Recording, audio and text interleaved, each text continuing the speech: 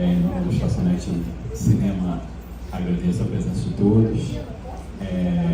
Mais um dia da mostra LC Barreto, 60 anos filmando o Brasil, e produzido pela Estação, pela Cavite. E hoje a gente tem o prazer de ter a presença ilustres aqui dos carros da LC Barreto.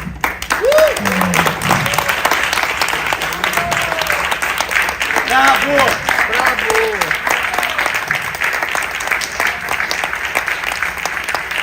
Eles tiveram um probleminha de saúde, mas graças a Deus, com a força aí deles, que a gente já conhece, eles vieram prestigiar essa sessão, tá? Eu queria muito agradecer a presença deles, a presença de você. Eu vou pedir para o Rodrigo Fonseca, nosso amigo aqui, crítico de cinema de muitas batalhas, que está sempre nos apoiando, que ele faça uma breve apresentação, tá? Eu queria muito agradecer a presença de vocês. Obrigado.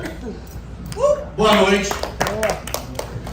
Começar essa conversa aqui que eu acho que vai ser. O Cavi tem uma medida aqui na Caviflix, que é a Netflix viva, que se tornou estação. A gente sabe quando tudo dá certo, quando o Cavi chora. O Cavi está viajando, mas acho que o choro vai ser generalizado hoje aqui. Nós hoje vamos conferir um filme muito significativo para a história da LC e, eu acredito, para a história da mudança política que o Brasil passou no momento. Esse é um filme rodado no início de 2009, lançado no Festival de Brasília de então, lançado comercialmente no início de 2010, um filme que demarca a carreira de Fábio Barreto dentro de uma relação direta com a tradição do drama social e, de uma certa maneira, de um tipo de melodrama que se fez no Brasil, inspirado sobretudo pelo neorrealismo italiano. É um filme diretamente conectado, inspirado por um grande momento do Roberto Santos, que serviu como uma inspiração assumida para essa história que a gente vai ver hoje.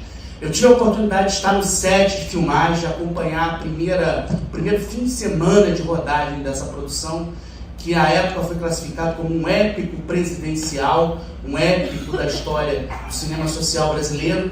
E antes de tudo, eu queria passar a palavra aqui, queria ouvir Lucy, queria ouvir a Júlia, mas antes de tudo, queria ouvir o Barretão, que prometeu pra gente contar a história por trás dos... Como é que essa história que a gente vai ver hoje foi levantada? A palavra é sua, Sr. Luiz Carlos Barreto, a quem eu peço um aplauso de pé nessa sala inteira.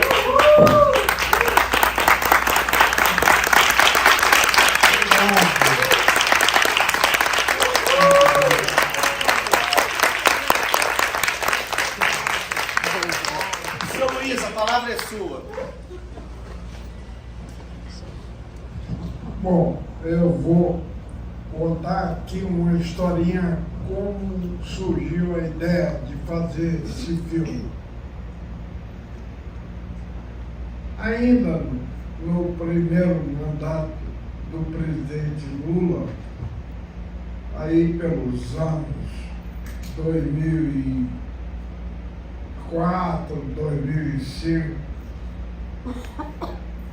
quando ele estava estourando o Mensalão, e um dia eu estava em Brasília e fui visitar o Gilberto Carvalho no Palácio do Planalto. E aí falei com o Gilberto: ô Gilberto, eu sinto muita dificuldade em explicar quem é o Lula, porque nessas viagens que nós fazemos, Lucy e eu, em festivais, e quando pegamos um táxi, seja na Europa, ou seja nos Estados Unidos, a maioria dos choferes de táxi perguntam, quando descobrem que nós somos brasileiros, perguntam: e o Lula? Antes do Lula. A pergunta era sobre o Pelé. Depois que o Lula apareceu, aí a gente começou a sentir a repercussão dele no mundo inteiro. E nós sabemos muito pouco sobre o Lula. E então eu fui falar com o Gilberto que eu gostaria de fazer um documentário sobre o Lula. E o Gilberto, que era o secretário particular do Lula, falou: você não conhece o livro Lula, Filho do Brasil, escrito pela ex-secretária do Lula, que é uma jornalista, como é o nome dela? Denise Paraná. Denise Paraná. Denise Paraná. A Denise escreveu um belo livro e você tem que ler esse livro. Aí ele me foi lá na gaveta, os guardados dele, e me ofereceu um livro, me deu um livro. E esse livro eu devorei em 24 horas.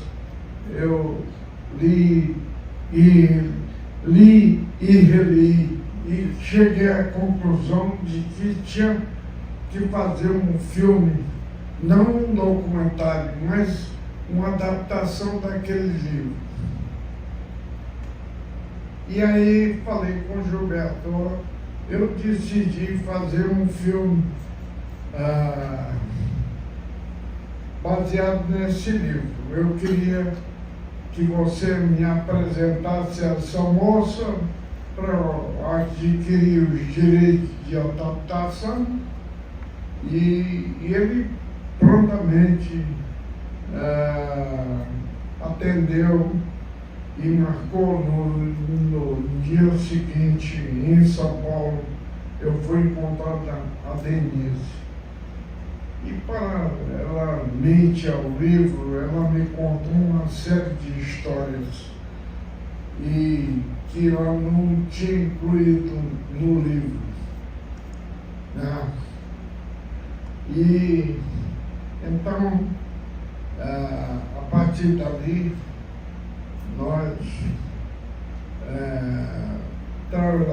trabalhamos na adaptação junto com o Daniel Tendler,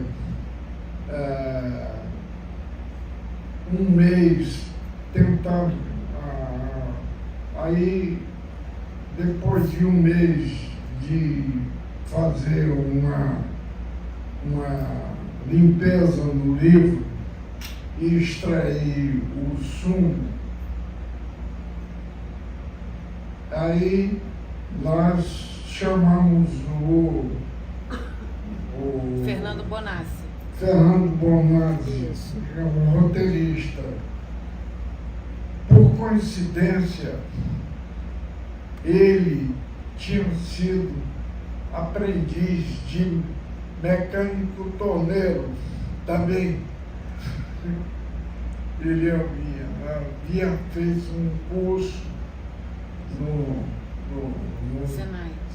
Senai de torneiro mecânico, igual o que tinha acontecido com o Lula. E ele era uma pessoa. Aí, em seguida, o Gilberto marcou um encontro com o presidente Lula e nós fomos os três, Fábio, o Fernando e eu, para um papo com o Lula. E ali naquele papo nós descobrimos que o Lula era um cineasta frustrado. que ele começou a falar das imagens que deviam ser realizadas, até movimento de câmara ele indicou, sobretudo a parte que ele mais era fixado no livro era a viagem do Pau de Arara, a viagem entre... Isso estava muito presente E depois disso tudo, a Lucy deu uma rebuscada no roteiro dele e deu um formato final que a Lucy é muito boa de roteiro. Todos os roteiros da LC Barreto, sejam produzidos ou não por ela, passam por ela. Ela tem muito amor à dramaturgia, gosto muito apurado sobre os truques dramáticos, né? E eu sou uma formação de jornalista, eu não gosto de ficção, eu gosto da realidade. É a minha formação de repórter. Eu adoro a realidade. Então, eu vou interromper. E é por isso que esse casal se completa, porque ele é a realidade, o jornalismo, a realidade. Eu sou o sonho, eu sou a música. Então, a gente faz uma boa dobradinha. Muito bom, muito bom. Deixa eu... Fala, Luiz. Ele é o som e eu sou a imagem. É um canal audiovisual. Casal audiovisual.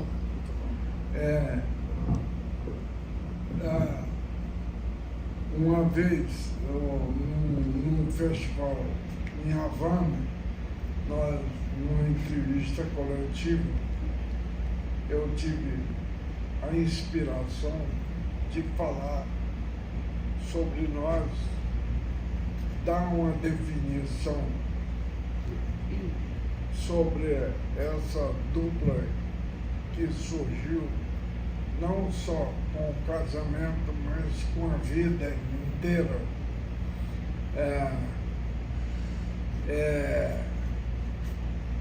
Quando eu disse, nós somos produtores de filmes e de filhos.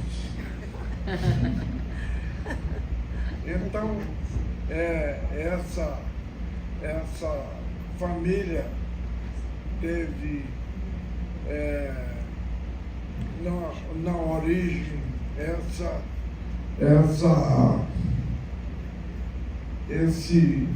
esse peso inicial de uma pessoa que era inteiramente sonhadora, e a partir do som, a Lucy não só ela gosta da música, mas ela gosta do drama. O drama é uma permanente visão de mundo da Lucy. É tanto que ela perde não, ganha horas ouvindo. Ela tem um estoque de óperas em casa e eu vivo esse clima operístico. As nossas brigas, nossos conflitos são todos operísticos. Então, esse filme, ele é não só sobre o maior personagem da história política brasileira, mas como também como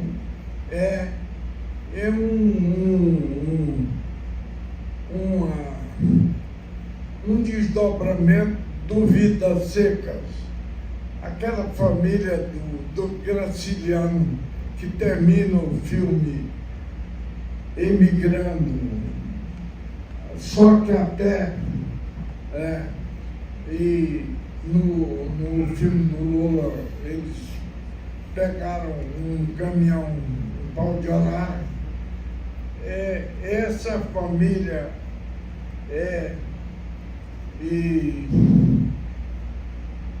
essa família é a família que chegou em Santos com Lula. Muito bem lembrado isso. Muito bom. É a continuidade do Vida Seca. Muito bom. Tanto que o fotógrafo, que era o menino Gustavo Radbo. Gustavo Radbo. Ele quis fazer uma homenagem a mim, reproduzindo um pouco a fotografia do Vida Seca no início do filme. Aquela cena toda ali da família pegando água no poço de água suja, né? Ali ele quis fazer um tom fotográfico parecido com Vidas Secas. E eu fiquei muito lisonjeado com a homenagem, porque realmente o Vida Seca não me sai da cabeça até hoje os momentos de Desafio. os momentos de filmagem daquele filme, no início, bem no iníciozinho do cinema novo, né? E é uma coisa que eu guardo sempre, que não preciso estar projetando filme, ele está permanentemente sendo projetado na minha cabeça. Eu, às vezes, sonho filmando o Vidas Secas, que era uma filmagem que exigia o permanente olho no céu, para saber onde o sol ia ser coberto ou ser filtrado pelas nuvens, em vez de ser filtrado por uma lente da câmera. Isso foi uma coisa que o Nelson permitiu, essa liberdade de eu eliminar toda a tecnologia hollywoodiana que era muito imitada no cinema dos anos 60, 40, 50 e 60, até aos anos 70. A fotografia foi dominada por aquele tom da fotografia de Hollywood. Não existia uma fotografia da luz tropical. E então, o Vidas Secas inaugurou a fotografia da luz tropical. Você inaugurou essa fotografia, Luiz. Vamos passar, Lucia, eu queria te ouvir um pouco. Acho que o Luiz estava falando dessa questão da luz. Isso é uma coisa que eu queria te ouvir um pouco. Assim. Eu me lembro que quando o filme começou a ser rodado, eu estava no set acompanhando, fazendo a cobertura das filmagens para o Globo e conversando com o Fábio Barreto.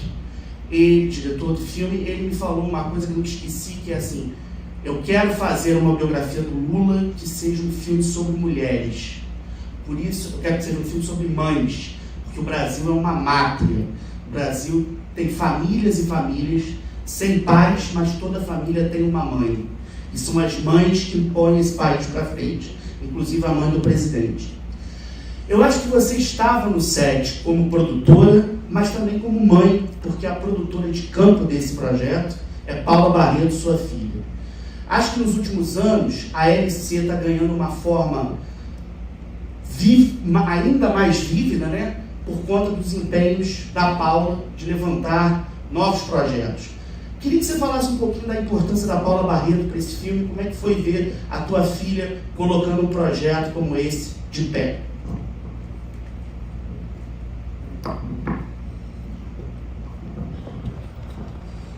Primeiro eu quero desculpar a Paula, que ela não pôde estar presente aqui hoje. Ela teve um problema e ela se desculpa diante de vocês, porque essa produção foi um desafio para ela. Ela declara isso. Foi um filme feito em diversas locações, com um orçamento limitado, um tempo limitado, naturalmente, né? Então, eu diria que a Paula é uma produtora que eu gostaria de ser, viu? Porque ela tem uma visão não só dramática, quer dizer, de dramaturgia, como ela combina isso com toda uma objetividade e uma otimização com os orçamentos, como resolver essa questão toda. Isso é um aspecto da Paula. O outro aspecto dela é a possibilidade e a finalidade dela de balancear a produção da LC Barreto, de estabelecer um programa. Ela está sempre pensando num filme para a família, num filme de conteúdo mais social, num filme de uma discussão do momento. Ela é uma produtora bem diversificada. Eu me orgulho muito disso. E ela consegue formar, ela tem a possibilidade de aglutinar as pessoas com ela. As pessoas que estão com ela são, como é que eu diria, companheiras dela, né? Elas se juntam para o mesmo projeto. Então, eu sou muito orgulhosa. Mãe, é terrível isso. Mas, gente, não é coisa de mãe não, viu? Ela é muito boa. Eu te amo vocês. Eu assino e embaixo das palavras do Cid sobre a Paula. Eu acho que a Paula tirou tudo que tinha de bom nesta dupla e eliminou o que não prestava. Eliminou. Eu vou contar aqui uma historinha rapidamente para a gente passar a ver um filme. Depois do filme feito, alguns anos, 2 anos depois, 3 anos depois do filme feito, e que nós produzimos um outro filme dirigido pelo Vicente Amorim, cujo final era um plano de cima do Cristo Redentor, e a história era de um imigrante nordestino que vinha do Caminho das Nuvens, de bicicleta atrás de um emprego de R$1.000. Ele só aceitaria um emprego de R$1.000. E ele veio de bicicleta com a família do Nordeste. O último plano desse filme é em cima do Cristo Redentor. E aparecendo a ponte de Rio-Niterói. E o personagem pergunta: para onde vai aquela ponte? Aí alguém responde: para Brasília. Quando nós mostramos o filme o presidente Lula lá no Palácio da Alvorada, ele viu o filme e depois ele falou: ô Barreto, se esse filme demorasse um pouco mais, esse cara viraria presidente da República. Ele se viu no filme. Sagacidade sem limite. Antes da gente... Bom, vamos ao filme. Deixa só a Julinha falar aqui. Eu queria, antes só de passar aqui para a Júlia, só falar uma coisa para vocês. Críticos de cinema gostam de citar críticos de cinema. Um dos comentários, eu acho que mais bonitos que foram falados sobre esse filme, à época da sua estreia, foi feito por um ator que há bem pouco tempo teve nessa tela, talvez um dos maiores atores da América Latina, que às vezes também era crítico, era cronista, foi muita coisa, mas sobretudo ele é uma espécie de símbolo da resiliência do cinema brasileiro. Um ator que se chamava José Wilker. O Wilker estava em cartaz com uma peça chamada A Cabra, no Teatro da Gávea, quando foi anunciada a filmagem do Lula, o filme do Brasil. Aí ninguém sabia ainda quem ia fazer. Eu fui fazer uma entrevista com o Wilker e ele me perguntou assim: tá por dentro do filme do Barreto? Eu falei: tô. Aí ele me perguntou: quem é que vai fazer a mãe? Aí eu falei: Glória Pires. Ele falou: a Ana Magnani do Brasil. Aí ele me perguntou: quem que vai dirigir? Eu falei: Fábio Barreto, o único cara que sabe dirigir a Glória Pires no cinema à altura que ela merece. É esse o filme que a gente vai ver hoje, que teve esta moça aqui ao meu lado como assistente de direção. Como é que era trabalhar com o Fábio no set? Como é que foi ser assistente desse filme?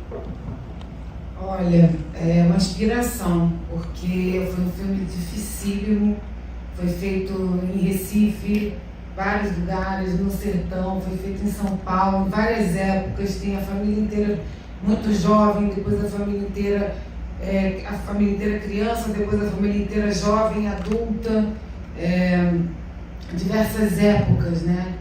E você sabe que a gente trabalhou, o Lula era um ator, a gente trabalhou ele, fez uma preparação e 15 dias antes de começar a filmar ele desistiu. Ele abandonou o filme. E a gente teve que rever todos os testes. Meu pai não se desesperou, muito calmo ele ficou, reviu os testes todos. E aí o Rui, que faz o Lula, fez um teste para enfermeiro. E aí meu pai falou: vamos conversar com esse camarada aí. E aí o primeiro assistente de direção, Marcelo, que era parceiro dele a vida toda, falou: não, você tá doido, o Rui, ele é negro. E aí o Rui ficou. Meu pai é uma pessoa muito sensível, muito apaixonado, era muito apaixonado pelo que ele fazia, tinha uma escuta muito atenta, como eu disse no quadrinho, muito preocupado com a equipe, muito atento à equipe, muito sensível à equipe, muito parceiro da equipe. E eu acho que eu não tenho muito a dizer, acho que as pessoas têm que ver, porque a resposta está no filme, está nos filmes dele. É uma pessoa muito sensível, sempre muito preocupado com seus companheiros de trabalho e muito preocupado com a história que ele queria contar. E eu acho que o mais importante é o resultado que vocês vão ver. Ele é um grande parceiro, foi o meu que me criou e sempre que fez questão de me levar nos filmes dele, nos sets, e acho que é por isso que eu estou aqui acompanhando e a terceira geração aqui da empresa. Então, bom filme, se divirtam. Por favor. Não. E Júlia já está com um projeto, aliás, 3 projetos. Ela já fez assistências de direção e está pronta para dirigir. Está com 2 projetos. Você quer... Vamos assistir o filme. Vamos assistir o filme, mas está pronta para seguir a carreira de diretora. Galera, aplausos para o casal. Agradecer a vocês, lembrando que a Mostra MC Barreto vai ter uma repescagem. Hoje é o último dia da programação oficial, mas a mostra segue. Dedicar essa sessão de hoje à cota de tela no Brasil.